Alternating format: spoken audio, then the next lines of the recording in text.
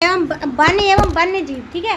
One मतलब जंगल, वन्य जीव का मतलब होता है उसके अंदर रहने वाले जीव जंतु। क्या है? जीव जंतु। संसाधन मतलब, संसाधन का मतलब हमें पता ही है,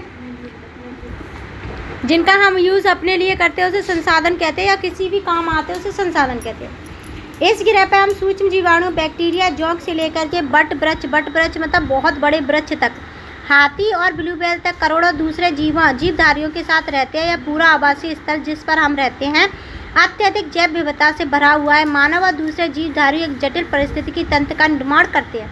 क्या करते हैं? बहुत जटिल तरीके का क्या बनाते हैं? पारिस्थितिकी तंत्र बनाते हैं, जिसका हम मात्र एक हिस्सा है और अपने अस्तित्व के लिए, अपनी पहचान या अस्तित्व के लिए विभिन्न तत्वों पर निर्भर रहते हैं। उदाहरण वायु जिससे हमें सांस लेते हैं, जल जिसे हम पीते हैं, मृदा जो हमें अनाज पैदा करके देती है, जिसके बिना हम जीवित नहीं रह सकते, पेड़ पौधे, पशु और सूक्ष्म जीव इसका पुनः सृजन करते हैं। पुनः सृजन का मतलब होता है दोबारा बनाते हैं। वन परिस्थिति तंत्र में महत्वपूर्ण भूमिका निभाते हैं क्योंकि ये प्राथमिक उत्पाद होते हैं। प्राथमिक उत्पाद का मतलब क्या होता है? जो हमारे दुनिया में खाना आता है वो पहले कहाँ से आएगा? पेड़ों से आएगा। कहाँ से आएगा? पेड़ों से आएगा, जिस पर दूसरे जीव क्या रहते हैं? निर्भर रहते हैं। वन्य जीवन और कृषि फसल उपजातियों में अत्यधिक जैव विविधताएं पाई जाती है। यह आकार और कार्य में विभिन्न है, परंतु अंतर्निर्भरता के जटिल जाल द्वारा एक तंत्र में जुड़ी रहती हैं एक दूसरे के साथ। भारत में वनस्पति जाति और प्राणी जाति की बात करेंगे। यदि आप आसपास नज़र दौड़ाते हैं तो आप पाएंगे कि कुछ ऐसे प्राणी और पौधे जो आपके क्षेत्र में ही पाए जाते हैं। वास्तव में भारत जैव विविधताओं के संदर्भ में विश्व के सबसे समृद्ध देशों में से एक है। दुनिया के जितने देश हैं ना, उनमें से सबसे ज़्यादा समृद्ध देशों में से एक माना जाता है भारत, ठीक है। यह विश्व की सारी जैव उपजातियों की 8% यानी कि 8 लाख पाई जाती हैं। अभी खोजे जाने वाली उपजातियों में से 2 या 3 गुना है। आप पहले ही भारत में पाए जाने वाले वन्य और वन्य संसाधनों के क्षेत्रफल और किस्मों के बारे में पढ़ चुके हैं। आपने सोचा कि इन संसाधनों का आपके दैनिक जीवन में क्या महत्व है? यह विविध वनस्पति जात मतलब पेड़ पौधे और प्राणी जात हमारे रोजमर्रा के जीवन में इतने गुथे यानी कि जुड़े हुए हैं कि हम इनकी कद्र नहीं करते, परंतु पर्यावरण के प्रति हमारी असंवेदना के कारण पिछले कुछ समय में इन संसाधनों पर बाहरी दबाव यानी कि इन पर बहुत ज़्यादा प्रेशर पड़ा है। अपने क्षेत्र में मानव प्रकृति के समन्वयी संबंधों पर प्रचलित कहानियों के बारे में लिखे, यानी कि कुल मिलाकर के वो ये कह रहा है कि वनस्पति जो है और पेड़ पौधे जो है उन पर आधारित एक कहानी लिखनी है। क्या लिखनी है? कहानी है। उस टॉपिक को बढ़ा चढ़ा के बताना है, ठीक है। भारत में वन और वन्य जीवों का संरक्षण, वन्य जीवन और वनों में तेज गति से हो रही हादसे के कारण इनका संरक्षण बहुत आवश्यक है। हादसे मतलब कम होना। क्या है? कम होना। परंतु हमें वनों और वन्य जीवों का संरक्षण क्या कह रहा है? संरक्षण से पारिस्थितिक विभिन्नता बनी रहती है। क्या बनी रहती है? पारिस्थितिक विविधता बनी रहती है, या फिर हम कह लें स्टेबिलिटी बनी रहती है पूरी दुनिया में। किसमें बनी रहती है? पूरी दुनिया में। तथा हमारे जीवन साथ संसाधन जल, वायु और मृदा बने रहते हैं। विभिन्न जातियों में बेहतर जनन के लिए वनस्पति और पशुओं में जीन मतलब जेनेटिकल जो मटेरियल होता है उसे संरक्षित करके रखता है। उदाहरण के तौर पर हम कृषि में अभी भी पारंपरिक फसलों पर निर्भर हैं। जलीय जैव विविधता मोटे तौर पर मछली पालन बनाए रखने पर निर्भर करता है। किस पर करता है? मछली। अब देखो यहाँ पे देखना है शांत घाटी जो कहाँ है? मुखर्जी नर्सरी। आदिवासी युवतियाँ बांस की पौधे लगाते हुए क्या लगा रहे हैं? बांस के पौधे लगा रहे हैं शांत घाटी में। किसमें लगा रहे हैं? शांत घाटी में बांस के पौधे लगा रहे हैं। उसके बाद देखना है यहाँ पे सूखी पत्तियों को एकत्रित करती हुई आदिवासी महिलाएं। अब देखेंगे 1960 और 70 के दशक के दौरान पर्यावरण संरक्षण ने राष्ट्रीय वन्य जीव सुरक्षा कार्यक्रम के पुरजोर मांग की थी। बहुत जोर शोर से बात करी थी बीच में। तो इस बीच में आया भारतीय वन्य जीव अधिनियम 1972 और इसके तहत हम क्या है? जानवरों को नहीं पाल सकते, जंगली जानवरों को नहीं पाल सकते, ठीक है। जैसे तोता है, कबूतर है, ये सारी चीज़ें हम नहीं पाल सकते, ठीक है। शेर, बाघ, जो गाय भैंस, बकरी पाल सकते हैं, डोमेस्टिक एनिमल, लेकिन हम जो वन्य जीव है ना उन्हें नहीं पाल सकते।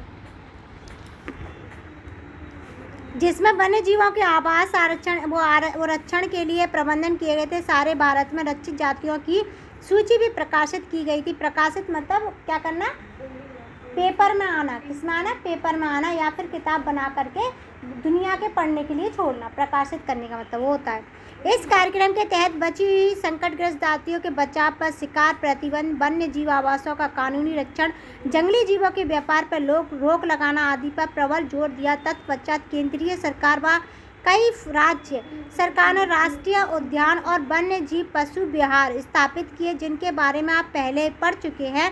केंद्रीय सरकार ने कई परियोजनाओं की भी घोषणा की, जिसके उद्देश्य गंभीर खतरे में पड़े कुछ विशिष्ट वन्य प्राणियों को रक्षण प्रदान करना था। इन प्राणियों में बाघ, एक सींग वाला गैंडा, कश्मीरी हिरण अथवा हुगल, 3 प्रकार के मगरमच्छ, स्वच्छ जल मगरमच्छ, लवणीय जल मगरमच्छ और घड़ियाल, एशियाई शेर और अन्य प्राणी शामिल है। इसके अतिरिक्त मतलब इसके अलावा देखेंगे, कुछ समय पहले हाथी, काला हिरण, चिंकारा, भारतीय गोंडवाना और हिम तेंदुआ आदि के शिकार और व्यापार पर संपूर्णतः अथवा आंशिक प्रतिबंध लगाकर के कानूनी रक्षण दिया गया। इसलिए रोका गया। इन जितने भी जानवर थे ना, इन्हें मारा जाता है किसके लिए, व्यापार के लिए। किसके लिए मारा जा रहा है, व्यापार के लिए, केवल सजाने के लिए, केवल ये दीवारें सजानी है, दिखाने के लिए शेर की खाल से।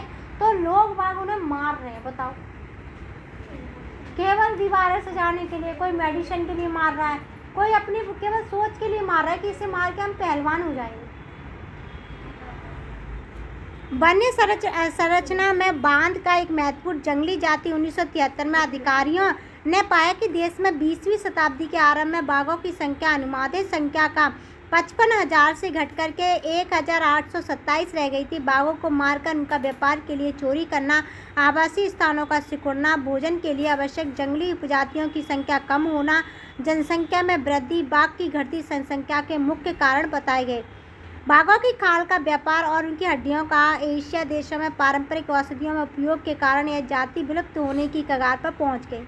चूँकि भारत और नेपाल दुनिया की 2/3 बाघ आवास उपलब्ध कराते हैं, अतः ये देश ही शिकार, चोरी और गैर कानूनी व्यापार करने वालों के मुख्य निशाने पर हैं। प्रोजेक्ट टाइगर विश्व की बेहतरीन वन्य जीव परियोजना में से एक है और इसकी शुरुआत 1973 में की गई थी।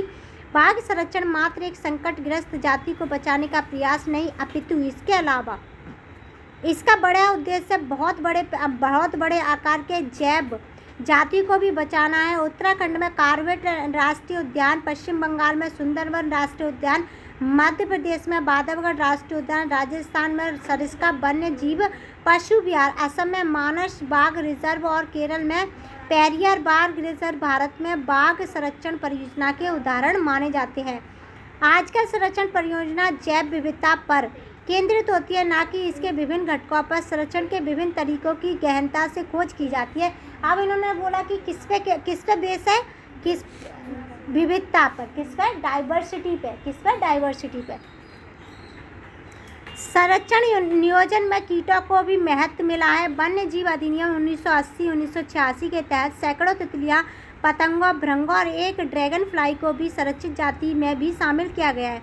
1951 में पौधे की 6 जातियां पहली बार इस सूची में रखी गई। और वन्य जीव संसाधन के प्रकार और वितरण। यदि हम वन और वन्य जीवों को संरक्षित करना चाहते हैं तो उनका प्रबंधन, नियंत्रण और विनिमय अपेक्षाकृत कठिन है। भारत में अधिकतर वन और वन्य जीव या तो प्रत्यक्ष रूप से सरकार के अधिकार क्षेत्र में है या वन विभाग अथवा अन्य विभागों की बात करें तो क्या है, जरिए सरकार के प्रबंधन में। इन्हें निम्नलिखित वर्गों में बांटा गया। आरक्षित क्षेत्र मतलब सुरक्षित क्षेत्र, जहाँ पर कोई ना तो शिकार कर सकता ना लकड़ी तोड़ के ला सकता, उसे बोलते हैं आरक्षित क्षेत्र। ठीक है। देश में आधे से अधिक वन्य क्षेत्र आरक्षित वन घोषित किए गए हैं, जहाँ पर वन्य और वन्य जीवों के संरक्षण की बात है। वो आरक्षित वनों को सर्वाधिक मूल्यवान माना जाता है। रक्षित वनों की बात करें तो वन विभाग के अनुसार देश के कुल वन क्षेत्र का 1/3 यानी कि 3 में से 1 हिस्सा इन वनों को और अधिक नष्ट होने से बचाने के लिए इनकी सुरक्षा की गई है। आप वर्गीकृत वन की बात करें तो अन्य सभी प्रकार के वन और बंजर भूमि को सरकार, व्यक्ति और समुदाय के स्वामित्व में होते हैं। वनीकृत वन कहे जाते हैं। आरक्षित और रक्षित वन ऐसे स्थायी वन क्षेत्र हैं जिनका रख रखाव इमरती लकड़ी और अन्य वन पदार्थ और उनके बचाव के लिए किया जाता है। मध्य प्रदेश में स्थायी वनों के अंतर्गत सर्वाधिक क्षेत्र है, जो कि पूरे प्रदेश के कुल वन क्षेत्र का 75% है, यानी कि 100 में से केवल 25% पर लोग रहते हैं, 75% पर वन बने हुए हैं। क्या बने हुए हैं? वन। इसके अतिरिक्त जम्मू कश्मीर, आंध्र प्रदेश, उत्तराखंड, केरला, तमिलनाडु, पश्चिम बंगाल और महाराष्ट्र में भी कुल वनों में एक बड़ा अनुपात आरक्षित वन का है, जबकि उड़ीसा, बिहार, हरियाणा, पंजाब, हिमाचल प्रदेश, उड़ीसा, राजस्थान में कुल वनों में रक्षित वनों का एक बड़ा अनुपात है। पूर्वोत्तर के सभी राज्यों में और गुजरात में, किसकी बात कर रहे हैं? गुजरात में अधिकतर वन क्षेत्र वर्गीकृत है, बांटा नहीं गया यहाँ पे, तथा स्थानीय समुदाय के प्रबंधन में है। समुदाय और वन्य संरक्षण की बात करेंगे तो वन संरक्षण की नीतियाँ हमारे देश में कोई नई बात नहीं है। हम आमतौर पर इस बात से अनजान है कि वन हमारे देश में कुछ मानव जातियों के आवास भी हैं। भारत के कुछ क्षेत्र में तो स्थानीय समुदाय सरकारी अधिकारियों के साथ मिलकर अपने आवास स्थलों के संरक्षण में जुड़े हैं, क्योंकि इसे अच्छा ये बात क्या है, चिपको आंदोलन का मैंने कल एग्जाम्पल बताया था। क्या था कि वहाँ की जो जनजाति थी वो क्या करती थी, पेड़ पौधों से चिपक जाती थी और वो कहते थे कि वनों को मत काटो, तो ऐसे स्थानीय लोग भी क्या करते हैं, सहयोग करते हैं, क्योंकि इसी से ही दीर्घ काल में उनकी आवश्यकताओं की पूर्ति हो सकती है। सरिस्का बाघ रिजर्व में राजस्थान के गांव के लोग वन्य जीव संरक्षण अधिनियम के तहत वहां से खनन कार्य बंद करने के लिए संघर्षरत है। कई क्षेत्रों में तो लोग स्वयं वन्य जीवन आवास की रक्षा करते हैं और सरकार की ओर से हस्तक्षेप भी स्वीकार नहीं कर सकते। मतलब कई जातियाँ ऐसी हैं इंडिया के अंदर जो कहती है कि हमारे वनों में आपका आना वर्जित है। ऐसा एग्जाम्पल हमने अंडमान निकोबार आइलैंड में देखा था, जब सैंडलीप जो जनजाति थी उसके पास अमेरिका का एक पर्सन गया था कि मैं यहाँ पे वीडियोग्राफी बनाऊंगा, ये करूँगा, वो करूँगा, उन्होंने उसे मार दिया। और भारत सरकार अपना मतलब पक्ष ऐसे रखती है कि वो वन्य जीव संरक्षित क्षेत्र प्लस वो आदिवासी का क्षेत्र है। हम ट्राइबल के मामले में नहीं बोल सकते, ट्राइबल के मामले में केवल एक ही इंसान बोल सकता है और वो है राष्ट्रपति। ठीक है। राजस्थान के अलवर की बात करें तो 5 गांव के लोगों ने 1200 हेक्टेयर वन भूमि भैरवदेव डाकवा, क्या है भैरवदेव डाकवा सेंचुरी घोषित कर दी है, जिसके लिए अपने ही नियम कानून है जो शिकार वर्जित करते हैं तथा बाहरी लोगों को घुसपैठ से यहाँ के जीवन को बचाते हैं। पवित्र पेड़ों के झुरमुट विविध और दुर्लभ जातियों की संपत्ति। प्रकृति की पूजा सदियों पुराने जनजातीय विश्वास है जिसका आधार प्रकृति के हर रूप की रक्षा करता है। इन्हीं विश्वासों ने विभिन्न वनों को मूल एवं कौमार्य रूप से बचाकर रखा है, जिन्हें पवित्र पेड़ों के झुरमुट कहते हैं। वनों के इन भागों में या तो वनों के ऐसे बड़े भागों में स्थानीय लोग ही घुसते हैं, ना कि किसी और को छेड़छाड़ करने देते हैं। कुछ समाज कुछ विशेष पेड़ों की पूजा करते हैं, आदिकाल से उनका संरक्षण करते आ रहे हैं। छोटा नागपुर क्षेत्र में मुंडा संथाल जनजातियां महुआ और कादम के पेड़ों की पूजा करते हैं। उड़ीसा और बिहार की जनजाति शादी के दौरान इमली और आम के पेड़ों की पूजा करते हैं। इनमें से बहुत से व्यक्ति पीपल और बट वृक्ष को पवित्र मानते हैं, यानी कि उनकी पूजा करते हैं। भारतीय समाज में अनेक संस्कृतियां और प्रत्येक संस्कृति में प्रकृति और इसकी कृतियों को संरक्षित करने के अपने पारंपरिक तरीके हैं। आमतौर पर झरने, झाड़ियाँ व पहाड़ियाँ, चोटी, पेड़ और पशुओं को पवित्र मानकर उनका संरक्षण किया जाता है। आप अनेक मंदिरों के आसपास बंदर, लंगूर देखे होंगे। उपवासक उन्हें खिलाते पिलाते और मंदिर के भक्त में गिनते हैं। राजस्थान में बिश्नोई गांव के आसपास आप काले हिरण, चिंकारा, नीलगाय और मोरों के झुंड देख सकते हैं, जो वहां के समुदाय का अभिन्न अंग है और कोई उनको नुकसान नहीं पहुंचाता है। हिमालय में प्रसिद्ध चिपको आंदोलन कई क्षेत्रों में वन कटाई रोकने में कामयाब नहीं रहा, अपितु यह भी दिखाया गया कि स्थानीय पौधे की जातियों को प्रयोग करके समुदाय वनीकरण अभियान को सफल बनाया जा सका। पारंपरिक संरक्षित तरीकों को पुनर्जीवित अथवा पारिस्थितिकी कृषि के नए तरीकों का विकास अब व्यापक हो गया है। टिहरी में किसानों का बीज बचाओ आंदोलन और नवदायन ने दिखा दिया कि रासायनिक उर्वरक हमें पता है जिन्हें हम केमिकल से बनाते हैं, के प्रयोग के बिना भी विविध फसलें उत्पादन आर्थिक रूप से व्यवहारित हो सकती हैं। क्या हो सकती हैं? व्यवहारित कृषि उत्पादन हो सकता है। इस लाइन का मतलब समझना कि किसान क्या करते हैं, ज़्यादा पैदावार बढ़ाने के लिए उर्वरकों का यूज़ करते हैं। किसका करते हैं? उर्वरकों का यूज़। लेकिन किसान क्या करता है कि हम तो गाय भैंस गोबर, जो गाय भैंस का जो गोबर है ना, उसे ही हम यूज़ करेंगे किसके साथ? पेड़ पौधों की पत्तियों के साथ। क्योंकि पेड़ तो देखो, अगर गेहूं का पेड़ हुआ तो गेहूं का पेड़ हमने काट दिया, अब उसके जो डंठल है ना, पहले क्या करते थे किसान, उसे ही छोड़ देते थे उसमें, ठीक है। और आज के जो किसान है वो क्या करते हैं, उसे जला देते हैं, तो जितने माइक्रो बैक्टीरिया होते हैं सारे मर जाते हैं, ठीक है। तो ऐसे ही क्या है, वो उन्हीं का यूज़ करके उन्हें उसी में गला दे या सड़ा दे, तो जिससे क्या है, न्यूट्रिएंट वापस हो जाता है, ठीक है।